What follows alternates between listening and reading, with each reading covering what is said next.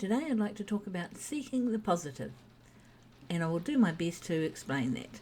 So, I have had a very interesting life. I have been married 3 times and had a lot of experiences through my life that weren't necessarily that helpful or that positive.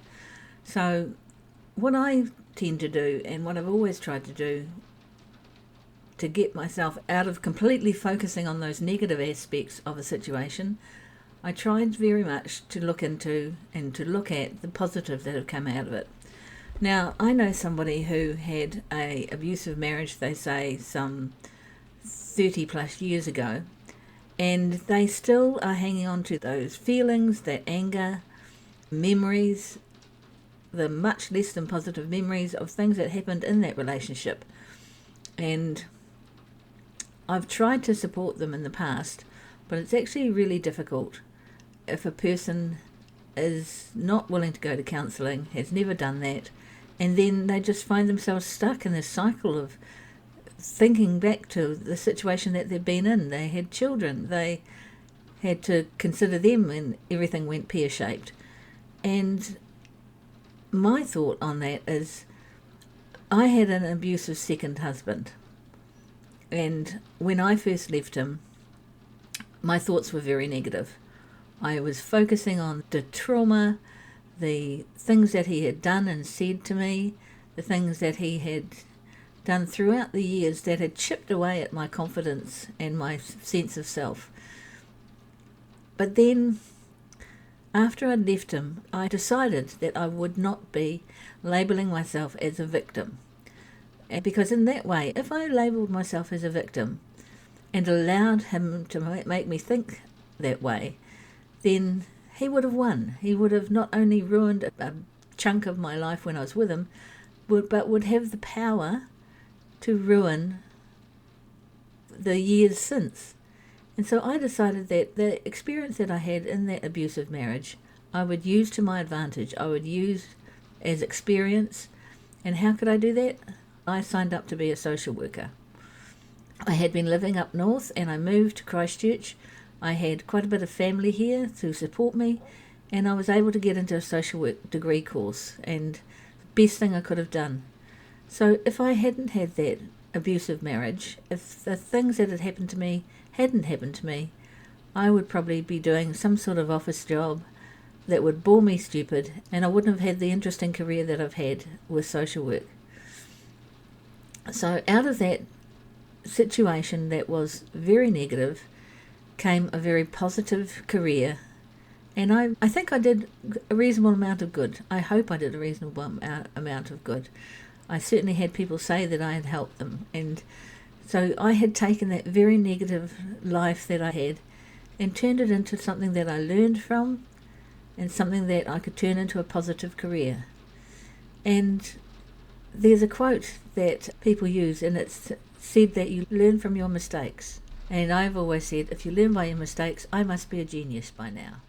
So yeah, I think you can find positives in most places if you try. Those negative experiences that I had with my second husband certainly taught me a number of things. It taught me what I can and can't deal with. It taught me what I do and don't need in a relationship. And it reinforced what I had always known, that, to be in a healthy relationship, we have to be healthy ourselves. And not just in body, but in mind. So that experience that I had, that just like my friend that I was talking about, that unhealthy relationship ultimately led me to coming to Christchurch to do my social work degree and to meet my now husband through the power of internet dating. So, and he wouldn't have come out here if he hadn't come on holiday with his friends. So everything has a bit of a ripple effect. Everything comes from the other experiences in our life, and sometimes they're not the positive ones. Sometimes they can be seen as very negative, but in the end you might have a positive outcome. So I came to Christchurch, I got my social work degree, and I went to work as a social worker in the community in various roles. Now, if I hadn't moved to Christchurch, I wouldn't have had the life that I've had and the connection that I've had with some of the people who are really important to me in my life. and one of those is my cousin. Now, she is my cousin, so we are related by blood. Our mothers were sisters, but she is also a great friend. And because I was living in the North Island, we hadn't spent much time together. And so while we got on, we didn't know each other like we do now. And I'm forever grateful to have her in my life.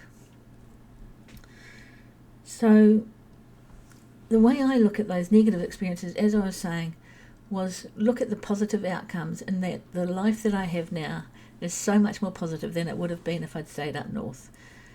And I've tried to say that to my friend, that she wouldn't have met her new husband. He's not new now, he's probably been her husband for a wee while, but she wouldn't have met him if she hadn't had to come back to Christchurch to recover from what was not a very happy relationship or very safe relationship. The other thing that I wanted to talk about is directly relating to my diagnosis with Parkinson's. Now, I was fortunate, I feel, to have two parents who had Parkinson's. And that may sound strange. What I mean by that is that because I had two parents with Parkinson's, I knew what to look for. I knew what the signs were that I might have this thing. And so I got diagnosed really quickly and was onto medication really quickly. And now 5 years down the track, I'm doing really well. So it was fortunate that I had two parents and I had learnt those things. So I was able to know what the main symptoms were to look out for, to check to see if I had Parkinson's disease. And I caught it really early and I was able to go on medication early. So 5 years later, I'm doing pretty well. And the thing that Parkinson's has given me, there's been a lot of things that Parkinson's has given me. Parkinson's has enhanced my relationships with people around me. Before I had that diagnosis, my husband and I were very close. We still are, but we were a tight unit. We didn't need much in the way of friends. We didn't need much in the way of social connections. We were happy to be just the two of us, a unit. And it was lovely, but it's also placing a lot of expectation on another person when you are their only social connection. And almost as soon as I was diagnosed, I vowed that I would have better connections, make more time for my family in general and for my children in particular, because you only have them for such a short time till they go off into the world and do their own thing. And so almost from the time of diagnosis, I started making sure that I could see my grandchildren reasonably frequently. My son's children, he has 3 boys, they live in Wellington, so I naturally don't see them as often as the girls, but I do try to fly up there several times a year so that we can spend time together. And prior to Parkinson's, I think I was just leading a life as a couple and didn't really think through how I might be a grandparent, and that certainly changed with that diagnosis. The other thing was that I am a planner. I've been a planner all my life, and I knew the house that we were living in was a 2-story, 5-bedroom house with stairs, obviously. And I knew that at some stage with my Parkinson's, it was going to become difficult to negotiate the stairs up to the 2nd level where our bedroom was. So I was able to talk to my husband and we had a discussion about our housing situation. And by that I mean, like I said, I'm a planner and I could see ahead of us at some point we would have to move because of my mobility issues that are bound to rear its ugly head at some point.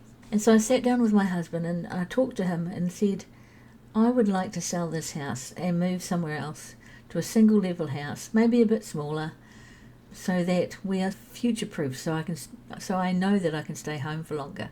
And my husband and I both loved that house, but I hated the thought of falling down the stairs or not being able to climb up the stairs and not being able to use our beautiful bedroom upstairs and all those things. I wanted to know that I had a house that I could mobilise in safely for a long time. So though he was reluctant, and bless him, he was, he agreed that we could put the house on the market, and so that's what we did. And ultimately, it was one of the best decisions we've ever made. Well, it's certainly one of the best decisions I've ever made.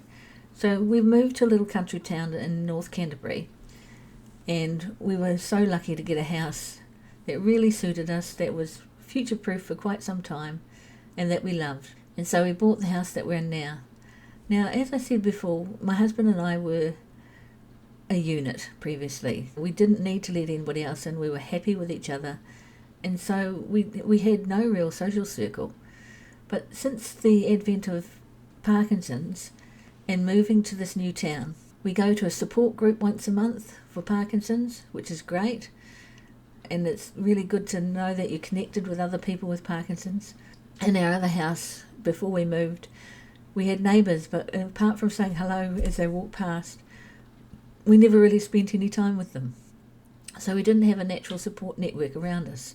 So when we moved here, we made a conscious attempt to get to know our neighbours, particularly the one closest to us. And I think it was before we even moved in, we had tradesmen working on the place and they were home. So we knocked on the door and introduced ourselves and warned them of the date we were going to move, because we have a shared laneway, so that they could know that they could get their cars out and not be blocked in by a moving vehicle.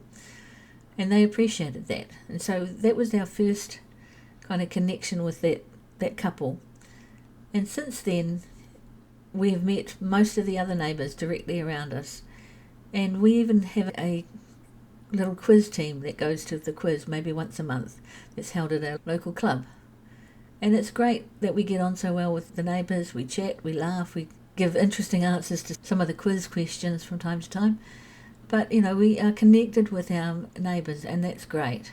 The other thing is we've become members of the local club, so we can go down there and it's a nice place to go for a meal, take the grandchildren for a meal, or just friends or neighbours. On top of that, I was never very social, ever. Most of my life I was probably a bit antisocial, but I'm more social and doing more now in retirement than I've ever done in my life.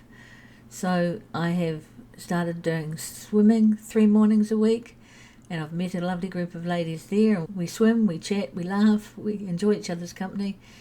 I play cards on a Monday morning, and haven't quite got those connections together yet, but I play with the same ladies every Monday, and I'm enjoying that. I'm enjoying doing something different. It's keeping my brain active and getting me into a group that's a social connection.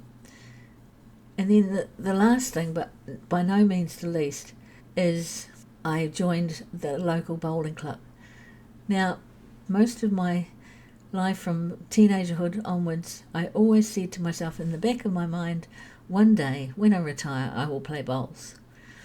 And I played bowls briefly when my daughter was a baby, but it was just too difficult around a family and working and all that sort of thing to play bowls. But as soon as I retired, I was going to play bowls here. And that's what I did. And I have had to have a couple of operations since we moved into this house. And I wouldn't have been able to cope in the previous house. So those operations would have come round at a similar time, I'm sure. But if we'd been in the other house, it would have been very problematic. So me pushing for, because of my Parkinson's, to move into a more accessible house has certainly paid dividends. The other thing that Parkinson's has done for me, and this is probably the weirdest side effect, it may be the drugs, it may be Parkinson's itself, is it has enhanced my ability to write, not just the words in my blog, but I also have always written poetry. And I don't know if many of you know this, but it has been shown that a number of people who have a artistic bent, whether it's painting, whether it's singing, whether it's playing an instrument, or for me, writing poetry, these things can be enhanced by Parkinson's in some way. So I've always enjoyed writing poetry, and they're usually silly, funny, little, not to be taken too seriously poems. And I've enjoyed writing them, but they come to me much more easily than ever before, and I'm really grateful for that because I do enjoy writing them. In fact, I think I'm overdue writing one here. So yeah, my philosophy is if I hadn't had my negative marriage in the North Island, I would never have up sticks, moved to Christchurch and ultimately met my husband, had my career, have the children and grandchildren that I have. I wouldn't have any of that if I didn't have that negative relationship in my life. So I'm grateful that I took a better road following that relationship. And it taught me the sort of relationship I don't want. And so it's opened my eyes to what's important in a relationship, what to look out for as being warning signs in a relationship. And as a result of that, I am a much healthier, positive person in the relationship I'm in now. And I can say things without fear, which is something that I really appreciate.